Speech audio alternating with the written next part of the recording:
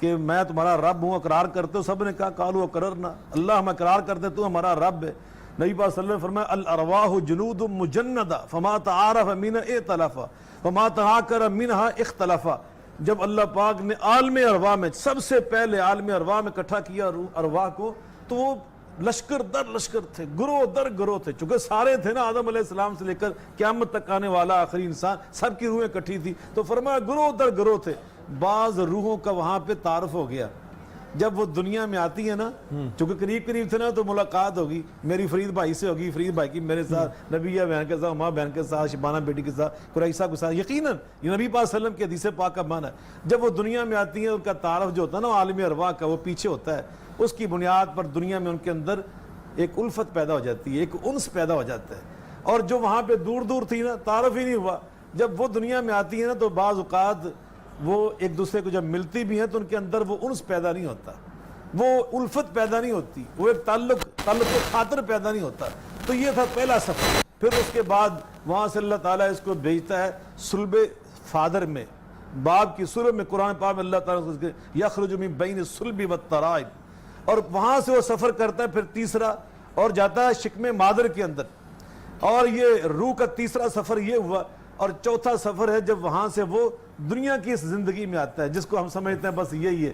یہ دنیا کی زندگی سے پھر جاتا ہے وہ عالم برزخ کے اندر.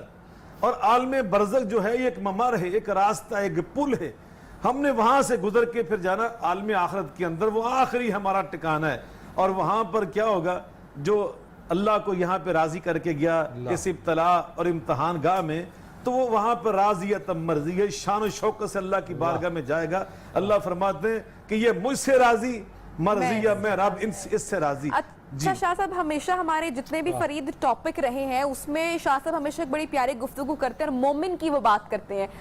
اکثر بیشتر ہم دیکھتے ہیں کہ بہت سارے لوگ ہیں جو کہ بہت پہلے ہی شاید اس بارے میں بات کر دیتے ہیں کہ اب میرا وقت آ گیا, یا میرے وقت جو ہے وہ اب قریب ہے, یا اب جو ہے وہ آپ کچھ بھی کر لیں تو کچھ نہیں ہو سکتا. آپ مجھے بتائیے کہ جو یہ موت کے جو فلسفے میں ایک اگر یہ بات کو ہم اس کو اس پیرائے میں رکھیں, تو کیا اگر آپ نے اچھے اعمال کیے ہوں گے تو کیا آپ کو وقت سے پہلے آپ کو یہ بتا دیا جاتا ہے کہ اب آپ اس دنیا سے آپ کا سفر آخرت آنے والا, اور جو لوگ ان کا عمل اگر اچھا نہیں ہے تو کیا ان کو اس بارے میں علم نہیں ہو پاتا؟ بلا شبہ قرآن مجید فرقان حمید میں اللہ تعالیٰ نے اس سوال کا جواب ارشاد فرمایا. اللہ تعالیٰ برے انسانوں کے حوالے سے ارشاد فرماتے ہیں وَلَوْ تَرَىٰ إِذِ الظَّالِمُونَ فِي غَمَرَاتِ الْمَوْتِ وَالْمَلَائِكَةُ بَاسِطُو أَيْدِيهِمْ أَخْرِجُوا أَنفُسَكُمْ الْيَوْمَ تُجْزَوْنَ عَذَابَ الْهُونِ. جب برے لوگوں کی موت قریب آتی ہے نا, یہ قرآن پاک میں اللہ تعالیٰ نے ہمارے سوال کا جواب ارشاد فرمایا, تو فرشتے سامنے کھڑے ہو جاتے ہیں اور ہاتھ پھیلا کے کہتے ہیں نکالو اپنی روح, نکالو اپنی جان, تمہارا نفس خبیث ہے, نکالو اس کو باہر. تو اس وقت نبی پاک صلی اللہ علیہ وسلم کی حدیث پاک ہے کہ ایک منافق اور کافر کی جو اللہ کے باغی اور سرکش ہے نا, ان کی روح اور ان کا نفس, ان کے جو پیکر خاکی ہے اس کے اندر چھپتا پھرے گا بیچارہ. وہ چھپے گا, کبھی ٹانگوں کی طرف جا رہا ہے, کبھی باکر بازو کی طرف آ رہا ہے کہ شاید میری جان بچ جائے, لیکن جان کیسے بچے گی؟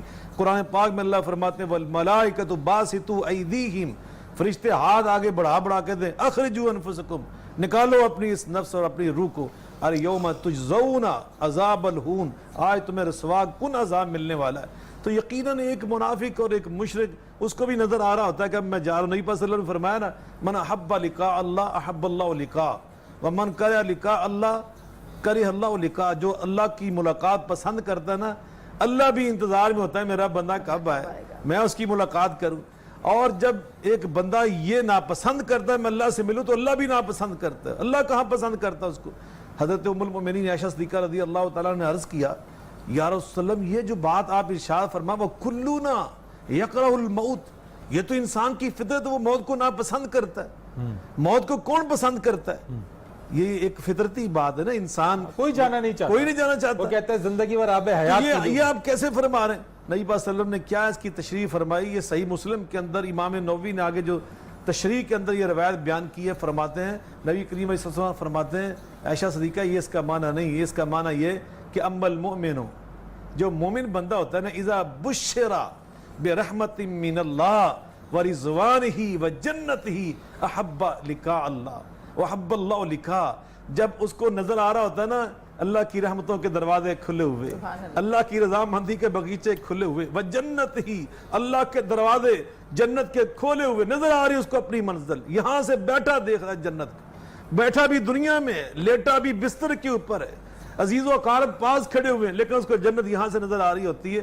تو فرمایا جب وہ جنت کو دیکھتا ہے نا، جو ابھی آپ کہہ رہی تھی نا کہ میرے آگے میرے اپنے آگے لینے کے لیے وہ آ جاتے ہیں فرشتے، ایسی شکلوں میں آتے ہیں جیسے ابھی ہما بیان فرما رہی تھی کہ جو اپنوں کی شکلیں ہوتی ہے، انیس شکلیں ہوتی ہیں، مانوس شکلیں ہوتی ہیں، کبھی کوئی والد کہتے ہیں، کبھی مانوس کوئی شکلیں والدہ، ہوتی ہیں، کبھی بہن بھائی، اس طریقے سے مانوس شکلیں ہوتی ہیں۔ یقیناً انسان کے اعمال، کردار، اخلاق اور ایمان کی مناسبت سے وہ شکلیں آتی ہیں، تو وہ مانوس شکلیں دیکھ کر تو جنت نظر آ رہی ہوتی ہے یہاں سے، تو پھر وہ کہتا ہے یا اللہ جلدی میں آپ کے پاس آنا چاہتا ہوں، جلدی۔ اللہ اکبر۔ اس صحابی رسول کی مجھے بات یاد آ رہی ہے، غزوہ بدر میں میرے آقا فرماتے ہیں خوبوا الی جنت عرضها السماوات والارض، چلو اس جنت کے دروازے کھلے ہوئے تمہارے لیے جس کی چوڑائی اتنی زیادہ ہے جتنی زمین و آسمان کی کا خلا ہے۔ ایک صحابی تھے عمیر ابن حمام، کھڑے ہوئے دیوانوں کی طرح کہتے بخ بخ یا رسول اللہ، واہ واہ اللہ کے رسول وسلم۔